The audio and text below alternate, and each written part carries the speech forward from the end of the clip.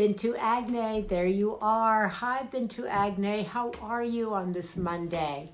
Happy April. April 12th is the day today. Happy Monday to all of you who are joining from all over the place, all over the world. Thank you all so much for joining. I hope everybody had a wonderful weekend. I hope everybody is moving into the new normal, finding their way forward at the pace that they want. I know there's a lot of anxiety and stress and confusion around that, so I hope you're finding your way and that your way is working for you and your family.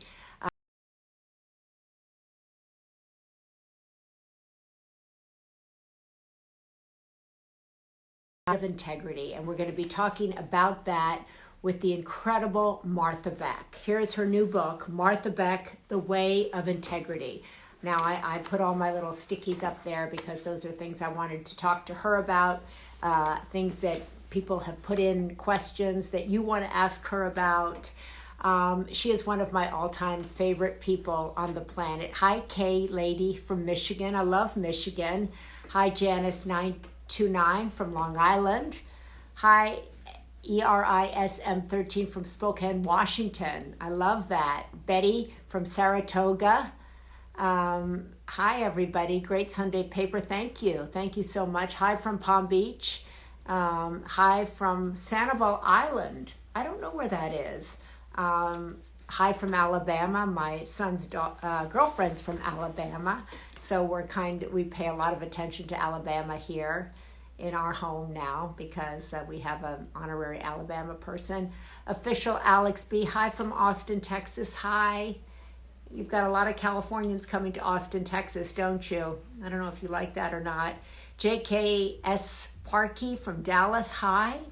Hi from Wayne, PA. Hi from Red Bank, New Jersey. Wow, there's a lot of people. Hi from Hamburg, Germany, Ava Weissman. How are you? Hi from Illinois. Hi from North Carolina, Moni 1049. Bonjour from Montreal. And the Berkshires in Massachusetts. Oh my God, I can't wait to go back. I didn't go to Massachusetts last summer because of COVID, and the Berkshires are one of my all-time favorite places on the planet. Maybe I can get back there this summer. So hi from the Philippines. Annual from Lake Charles.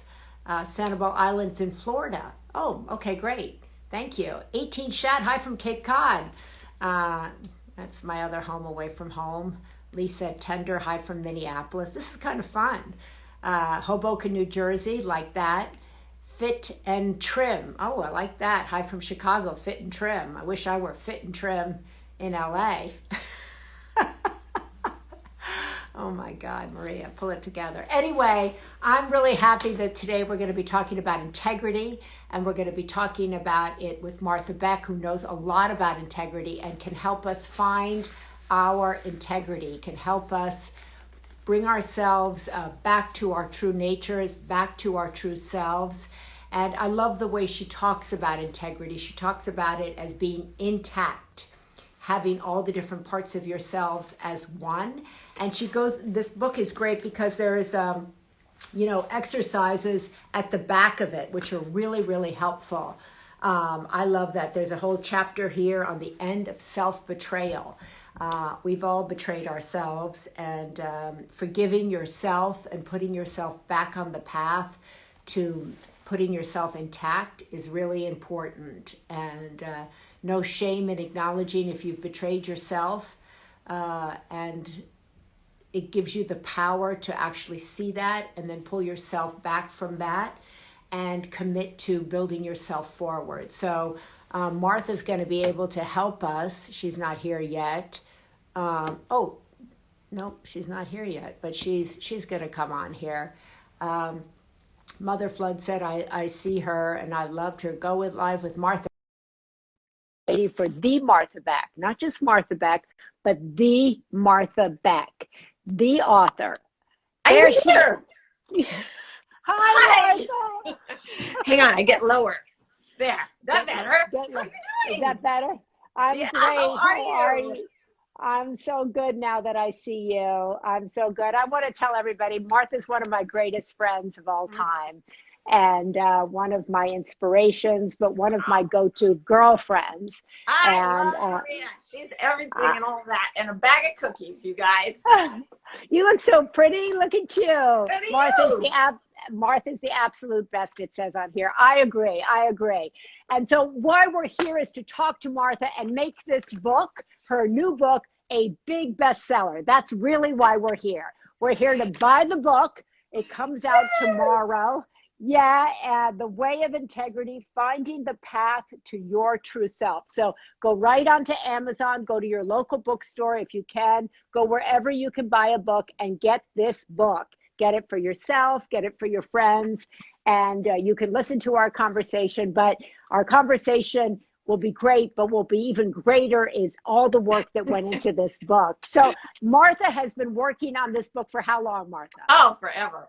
I for 30 years probably. Like everything I've ever done in my career sort of added up to this. And then the writing took about 5 years. Like I took my time. So 5 You were there years. every step of the way. We were Yes, I talking know. about every single thing. I love that because people think, you know, books kind of just happen. And as you said, 30 years, your whole life has really come into this book. And if you read the book, you will see how much you have learned along the way and how much you have brought to us about what you have learned along the way. And so people wrote in, Martha, questions like, how do you know that you're on the wrong path? How do you find the real path? So let's start there because the subtext here is finding the path to your true self. So how do you find the path to your true self? Well, first you notice that you're not on it. So you feel lost, confused, purposeless, or any type of emotional suffering. I really believe that all our emotional suffering comes from times when we leave our true nature and get pushed off, usually by something in the culture or social pressure, right? Right. So when culture pressures us, we betray our nature and go with culture, and we don't even know that we're betraying ourselves, but we feel bad. We feel angry or depressed or physically ill, and we don't understand why. And we just can't get going. And that's all the true self saying, come back, find your path again. And you talk, yeah, absolutely. You talk a lot about culture and true self kind of competing with each other. So if somebody is at home right now and they're not even familiar with the kind of culture and what its impact has been on their own decisions, how do they get to a place where they can begin to think like, am I doing what I'm doing because of culture? And how do I find my way back? Okay, so a culture is anything, any sort of set of pressures that people put on each other. So you and I in our friendship have a certain culture. There are ways we communicate. Your religion could have a culture. Your broader family could have a culture. So any two people bring a culture into the world. And that creates a kind of pressure to conform so that everybody gets along smoothly, which is great, unless the culture you're in is pulling you away from something that's naturally true for you. So for example, you are a surprisingly private and quiet person compared to the life you lived. Like you were born in this massive Don't tell. See, now you're doing it. You're doing no, it. I'm only kidding. No, I'm only kidding. It's like so many people try so hard to be famous, but you actually were, your nature is to be incredibly genuine and connected and intimate with people. And I think that's created a lot of pressure because you had so many people looking at you. So a lot of us have less extreme circumstances to deal with. But say you're not bookish, school culture is going to make you miserable. Or if you're gay, like I am, trying to be straight is going to make you miserable, even if you don't even know you're gay. It's the pressure of behaving in a way that makes us sad, depressed, angry, lacking in energy. All of those are signs that we've left our true nature, probably because of culture. And the way back is to get by yourself and figure out what's true for me right now. So I love that. Another word for that is you've been trying to conform, right, to other people's expectations, to perhaps things that you think your parents want you to do or other people want you to do. You have a quiz, which I like, and I took in the beginning of the book, which tells you, if you take the quiz, are you in integrity? Are you out of integrity? Where you are? So I did my quiz, and good. You know, yes, you check for like, you know, where you are on the integrity thing. And I I came out 15 to 21. Your life is much happier than most, but there may be one or two areas where you're still divided from your true self. The way of integrity will fix that. So I didn't score number one. I scored the second one down there. And I loved this because it asks you really simple questions that you can do true or false, and that you really have to answer honestly and for yourself. So you start out by asking people to take this and then walking them through how to get on the path. Yeah. And the way you get to it, I've based this book around Dante's Divine Comedy, which I think was the first great self-help book ever written, but nobody ever reads it that way. But what he says is he sort of comes to himself at midlife and he's sort of lost and he doesn't know why, and he tries to get out of it. And it turns out the only way he can get out of his misery is by going inside into his own hell and facing all his inner demons. So if you're not comfortable in your life, if there's something out of whack, what you do is you trace your unhappiness to the place that is causing it. So, you know, you'd sit there, whatever your score on the test was, you'd sit there and go, where am I not myself, my whole self, and nothing but myself? Am I bringing my whole self? Because to be in integrity, that means to be whole and intact. Is all of me getting to be expressed? Is there anything that I'm expressing that isn't really me? Is there something that's not my true self? If you can find the place where you're not yourself, your whole self, and nothing but yourself, you're going to find a little place where you're out of kilter, and it will be because other people have pressured you to be that way, and you'll have to disappoint them or shock them or whatever to get back to yourself. But integrity is worth it. I love that you describe integrity from the root of the word. You talk about, you define it as being intact, and that so many of us feel like we're all over the place, right? We're anything but intact. So if somebody is feeling that they are a multitude of things, or they're kind of all over the floor, they're fragmented. And I have felt like that at times in my own life. What is the way of kind of picking up the pieces of yourself to build yourself into one thing and then find your way forward? Well, you first have to be really gentle, compassionate, and loving, because you did not go off course because you were bad. Most of us lose our integrity because we're trying too hard to be good. That's a great point. I love that. Oh, and the vast majority, I mean, people don't realize Dante's Inferno, most of the people in there never did anything wrong on purpose. And if they just figured out what they did, they could leave. But they're just confused. And we get confused by what we're taught to do. So you talk about feeling scattered and being different. That's certainly how I used to be.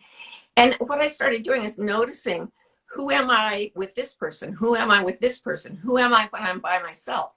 Do I pretend to think things are funny or intelligent when I don't really think they are? Do I feel sick and tired when I leave a party because it just wasn't me? So you start looking for the places where that little fragment of self feels rested and peaceful and authentic, versus the parts where you may be pretending to be happy, but it's not real, so it wears you out. You've written a lot of books over the years, right?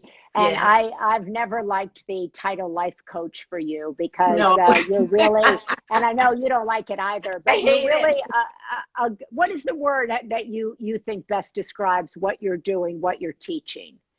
The best word is something that nobody's ever heard of. The word is Psychopomp. It's not a silly sounding word. It means guide of the psyche, or guide of the inner self. That's what I really want to be. That's what I really want to do. And I think you do it too. You don't do it in the same, you don't have that silly category that you fit into, but you and I are living from a very similar place of getting up every morning and wanting to heal ourselves and heal the world. Like, we're not fans of suffering for ourselves or anything. Yeah, I like that. You've always been, for me, a light. And I always think of you as a guide for people, that you are there to guide us to the life we are really meant to live. And that when we're in partnership with that life, we're at ease, we're calm, we feel whole, right? Another word for being intact. And you talk about, and what I love about the book is that, you know, at the end of each chapter, you have exercises and ways to really be quiet with yourself Yeah. And these are things you can do alone, right? Yeah. And kind of test yourself out. Are you on the path or not? And bring yourself home. Yeah. Any place you're pretending, and you know there are places where you're pretending. One celebrity told me once after a party, I'm exhausted by my own hypocrisy. She said, I Yeah, don't know that's who it. I am, but I'm not the person I just presented. So get by Wow. yourself. Have you ever had that thing where you've been with someone else? Could be a group, it could be just one person, but you get by yourself and you kind of go, oh, that you Yeah. let down your guard and the body relaxes. Our bodies tense whenever we're not being truthful, even if we are just being polite. If it's not real, we tense. And when we get back to the truth, we go, oh, even if it's bad news, it loosens our muscles. So that moment when you get back into yourself, oh, just ask very gently, what was I doing that made me tense? What just happened that did not leave me energized or calm? It left me tense and anxious, and I'm glad to get away from it. That thing that you're glad to get away from should not be part of your true life. At So some how point, did you either some have, so how do people, Martha, some people will say like, okay, well, I know I'm quote out of integrity, but I have bills to pay. I have kids to send to school. This is the only job I could get. No, it's not my right, true self, but I can't go and find my true self when I'm like, working like a hamster around the clock. absolutely. So the first thing, the first quarter of the book is about noticing where you're off course. The second one is about finding out what's wrong inside, like why you're in the life situation you're in and the belief system that's keeping you stuck certain places. Then the next quarter of the book is about how to make changes in your outer life. You have to do it inside first. And I did this. I quit my job, and my then husband had quit his job when we had 3 kids and we were living on credit card debt, and I was sick. I mean, it was a nightmare. But the job I was in, which was university professor, was so toxic for me that I'd become chronically ill. I could not do it anymore. And I was lying around sick, and I had to go inside and figure out what I'd done that had taken me into a job I didn't like. And then the strangest things started to happen. I rearranged the inside of myself, and I even started to love the job I was doing more, right? Like, so I started to get straightened up in here, and then boom, the opportunity came to jump. And I've seen this happen with hundreds of people. You fix what's in here first, you can keep I always say, stay in the life you're in now as long as you can, but start to search your soul. And at a certain point, your soul will say, it's time to leave. And then you will find another job. You will find another way. It always happens. I promise you. I love that. Stay in your job until the As kind of long as you can. opportunity or the feeling, as long as you can. So you're paying your bills and you're doing what you can, but keep doing the inner work that will help you see things perhaps that you didn't see before. If you turn a little bit to the left, new opportunities, or to the right present themselves that you didn't see before, and then you will be equipped to jump. Yeah. I was talking to another coach who said he was speaking, and a woman said she couldn't get another job because she said, I can't imagine not living in Michigan. And he was like, you actually cannot imagine not living in Michigan. Well, you're pretty much stuck in Michigan because you'll never imagine anything else. We get stuck primarily in our minds, but we don't know that. We buy the story, right? And when we Yeah. can break free internally and imagine a different future, then opportunities do arise, and ideas come up about how to make things work in your life. And they can be, I mean, I've done really quite well using this method. And you train a lot of people to do Yeah. this as well, which is really Yeah. for them to find a vocation in Mhm. doing a lot of what you're doing. Martha has a whole life guide. I'm not going to say life coach, but a whole life guide program where she teaches people to help other people and teach them the way of integrity. There's Yeah. been so much conversation, Martha, in the public sphere. You can't have any integrity if you go into politics. There's nobody Right. in business with any integrity. Why does the issue of integrity, or the word integrity, seem to be such a buzzword right now? And for so many people, it seems like it's something that's unattainable, and yet it's Yeah. not. Yeah, you know, the human body, our psychology, our biology hates to keep lies, keep secrets or tell lies. Every time we tell a lie, and even more if we're keeping secrets, we break down physically, psychologically, we're unsteady. Well, when you take a huge culture, like say American culture, and it has like dissonance in it. So for example, the lack of integrity in the founding fathers, saying that all men are created equal and yet owning slaves, that's a basic failing of integrity. Those are two separate ideas that are not in integrity with each other. So what's happened is, as history rolls on, and especially during the pandemic, and as technology makes us more communicative, the whole culture is starting to get what I call the dark wood of error sickness. It's like we're starting to feel the negative impact of the places where the culture is a bit out of integrity, or sometimes very out of integrity, and it's starting to break down institutions, entire industries, personal lives, families. They're starting to fracture under the pressures, and it's an invitation to build our lives on something solid and true, to let it fall. You know, the pandemic, everything broke so many things. Let them fall and base your life on something true and sound and whole, and it won't break down again. Is the idea of integrity like your version of integrity can be different from my version of integrity, or people on here can have their own versions of integrity? Is that correct? The way we live will look different. Like for you, going out to, I mean, you have ball gowns. That's integrity for you. You love putting on a ball gown. No, I do not have ball gowns. You had I know you had ball gowns. No, I have ball gowns like when I was First Lady of California. Yes, well, there I did. You go. They're in storage though, but I'm not walking around in a ball gown. I bet you've got one on under that blouse right now. No, I don't. I have on leggings. That, me too. And you so know me better than that. You know me what's better so than that. Is that they're in storage, and I didn't know that. You never told me I put all my ball gowns in storage. You know why? Because that was never really the real you. You would still have those in your house if you loved them, but you don't. So I thought you loved a ball gown because you faked it really well, because you gave everything to serve people, and now you're a public figure. But you don't like ball gowns. Okay, so I have to have another example. But I think that, go ahead. Means bring not on the ball gown. I'm not a traveler. You are more of a traveler. So our lives will look different when we're living from our integrity, but the wholeness of who we are will be the same. Right. So I think there's another chapter in here which I really like, is the issue of self-betrayal. And I think kind of, you know, really having a conversation with yourself first and foremost. Am I intact? And you know very well that there were many years ago where I was not intact, where I was like on the floor, and I could have found the pieces of myself and tried to glue them together. I have a great thing here actually on my desk. It's this thing in Japan. It's a card that says, you know, in Japan, broken objects are often repaired with gold. Mm-hmm. The flaw is seen as a unique piece of the object's history, which adds to its beauty.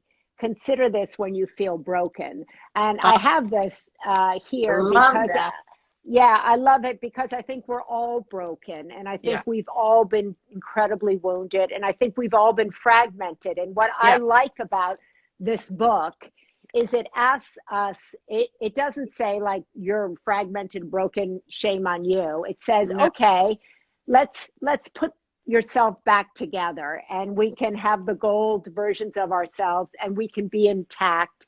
And then that also recognizes that somewhere along the way, we probably betrayed ourselves, or we may be in the middle of betraying ourselves. How do you how do you recognize if you've betrayed yourself, and that's caused fragmentation, and then how do you forgive yourself? Usually we've all betrayed ourselves, for one thing. We've all, for example, been laughed at school and pretended to go along with it, and you know, laugh at ourselves, and our hearts are breaking at the same time. So we've all had different situations, more or less. The feeling of shame is the primary signal that you have betrayed yourself. And the reason is that most of us, when we're little kids, bad things happen to little kids. you know, I mean, horrible things happen. People in your family were murdered when you were little. I had other weird things going on in my family, whatever. And the adults don't always know exactly how to cope with that. And little children tend to think they want the world to feel controllable. We do when we're little. And so we have this fantasy that if we had done something better, if we'd been better, if we'd been different, if we'd fixed it, everything would have been okay. So it was our fault that the world isn't perfect. It's called the just world hypothesis. And well-meaning little kids do it all the time.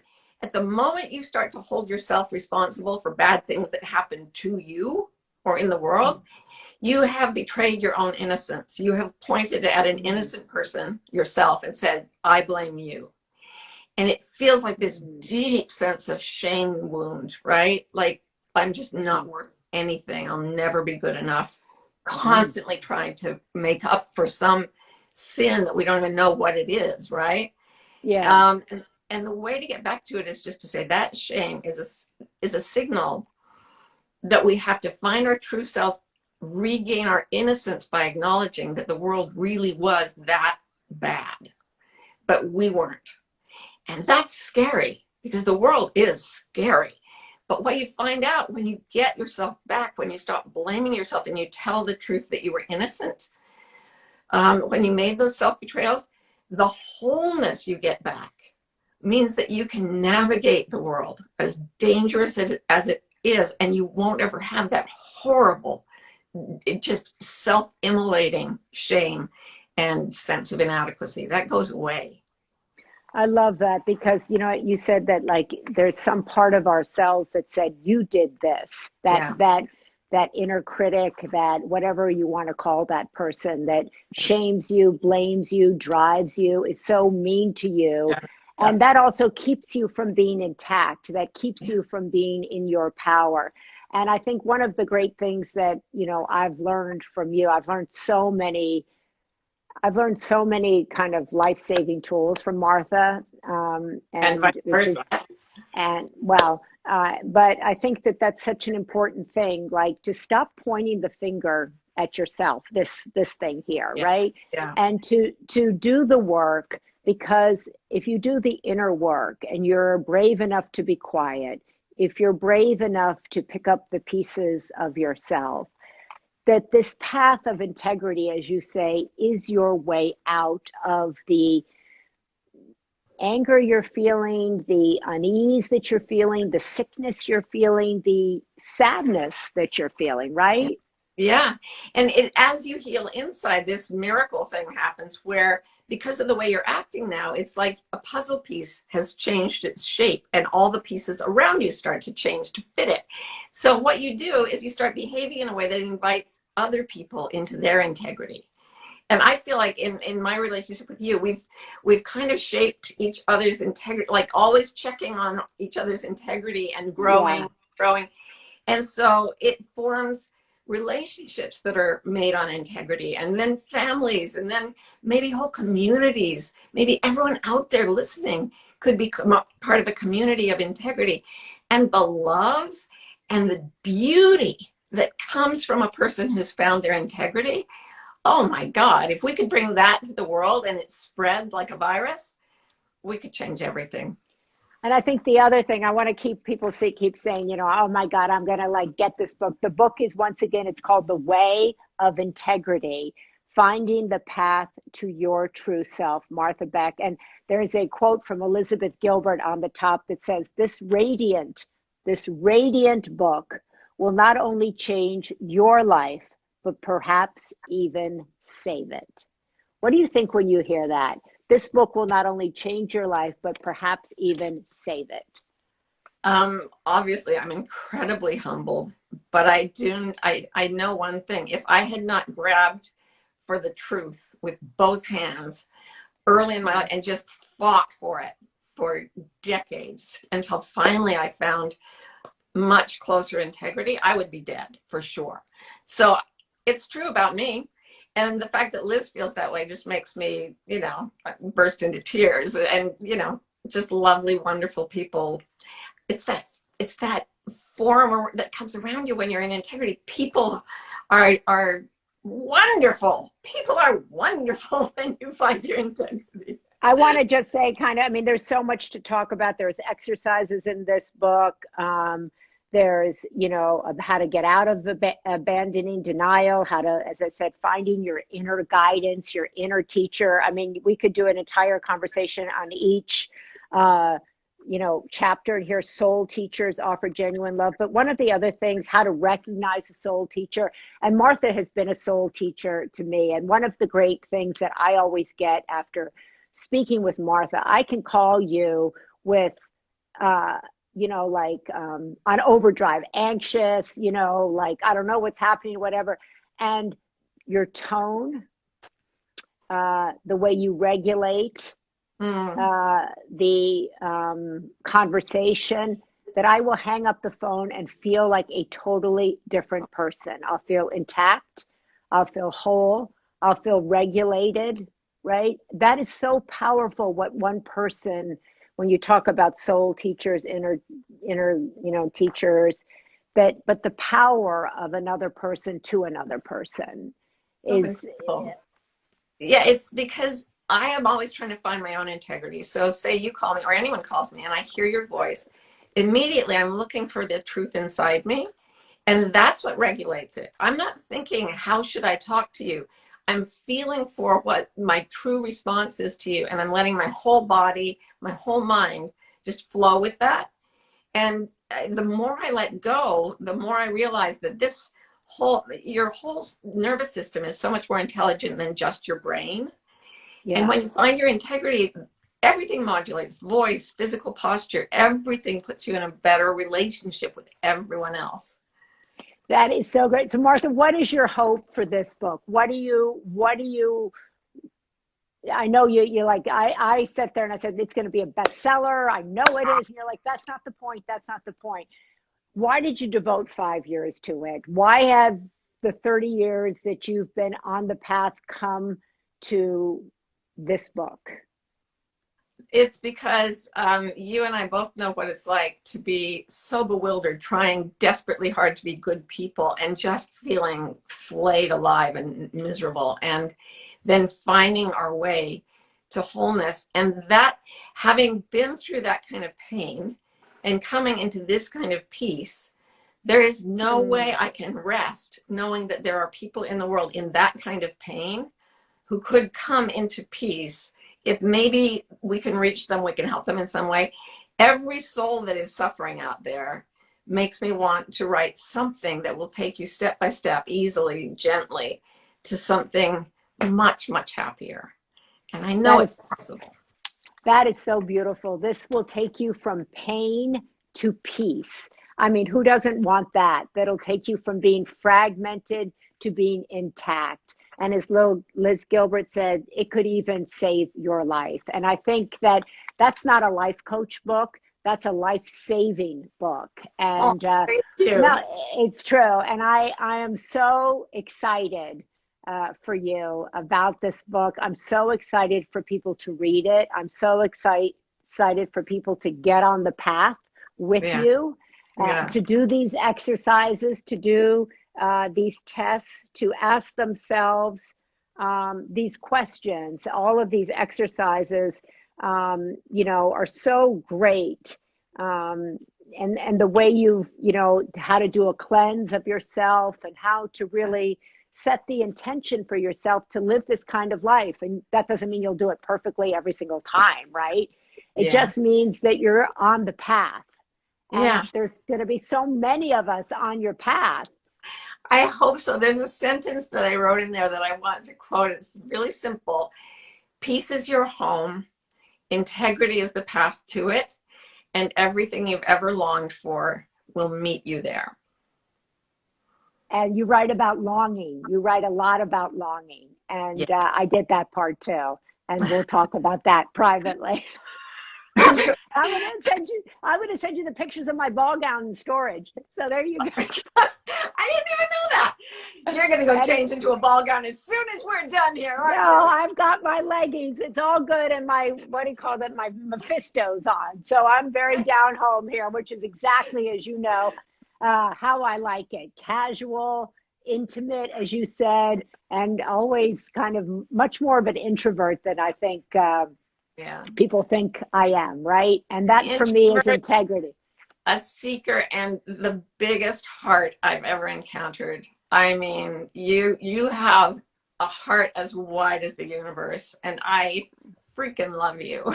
I love you too, Martha. And I know you're busy, busy. So go and do everything you need to do. I want to remind everybody, Martha Beck, The Way of Integrity, Finding the Path to Your True Self. You're going to be on the Today Show tomorrow. I am, yes. What time? What time? Do you know? The 10:45 they said, but it's never for Okay. sure. Yeah, so you can tune into the Today Show tomorrow to watch Martha, and you can join her. You're doing a talk with Liz Gilbert. When is Yeah, that?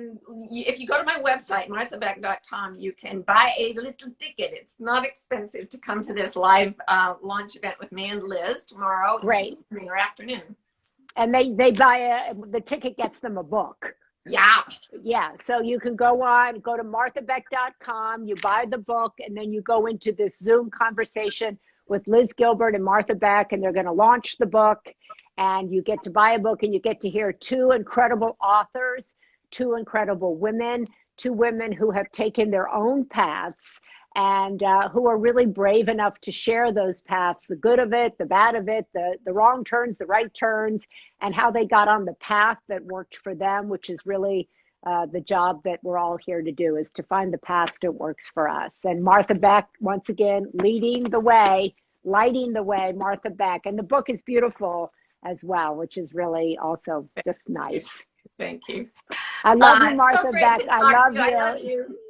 Mwah. Okay. I'm gonna Mwah, there mwah, mwah. she's busy, so I'm gonna X her out now. I don't know how to X her Bye-bye. out, but she's gonna X herself out. Bye, Martha. I'm trying to leave. I'm trying to leave. Bye. She's trying to leave. There, she left. Anyway, Martha Beck, that was really a super inspiring conversation. The book, Martha Beck, The Way of Integrity, Finding the Path to Your True Self. And I tried to use all the questions that several of you put for me on Instagram, so I hope we got to all of them. Matt Braverman, you're right. Be kind. Everyone you meet is engaged in a hard battle. That is very, very true. And battles that we know, that we be kind to others, but that we also be kind to ourselves. I think, as Martha said, all of us have probably had that finger, our own finger pointing at us, shaming us, reprimanding ourselves. And none of us need that. So I hope if you took away anything, maybe you took that, and maybe you could drop that and collect yourself, collect all the different broken parts of yourself, know that they're all can be fixed and they can all be put back together. Again, one of the other things that she says in this book that we didn't get to was that everybody that comes to her as a client wants to try harder when they feel broken. In fact, that's actually not the thing to do. Is just to sit and feel yourself and feel what's going on inside of you and get in touch with you and maybe stop trying so hard. Give yourself a break. Reassure yourself that you're, as I always said, I said on my Instagram, you're safe, you're seen, you're secure, you're solid, and you're supported on the path to what I call the open field. This is an open field book. It's part of the imprint of books that I'm trying to publish that have purpose and intention and a mission to go out into the world and help people. So I hope you enjoyed that conversation with the Martha Beck. I hope you go out and buy her book. The Call to Unite is another book that was published by The Open Field. Both you can get on Amazon, and both are the kind of books that you can put next to your bedside table at night. You can bring to someone's house if you're going out now to someone's house instead of bringing, a bottle of wine or a candle. I love candles, but bring one of these great books because they really do save lives. They inspire lives and they give people hope. So I hope you'll remember that next time you go visit a friend or walk across the street to a neighbor. Bring a good book that will lift their spirits and make them feel supported on their life path. So God bless you all. Thank you for joining us. Please remember, if you're not subscribed to the Sunday paper, please join this incredible community of inspired, hopeful people who are have come together in community around the Sunday paper. And we share a lot of great books and a lot of great content. And most important, we're all on the path to making the world kinder and more compassionate. Thank you. Have a great day. Bye-bye. Oh, I don't know how to get out. There we go.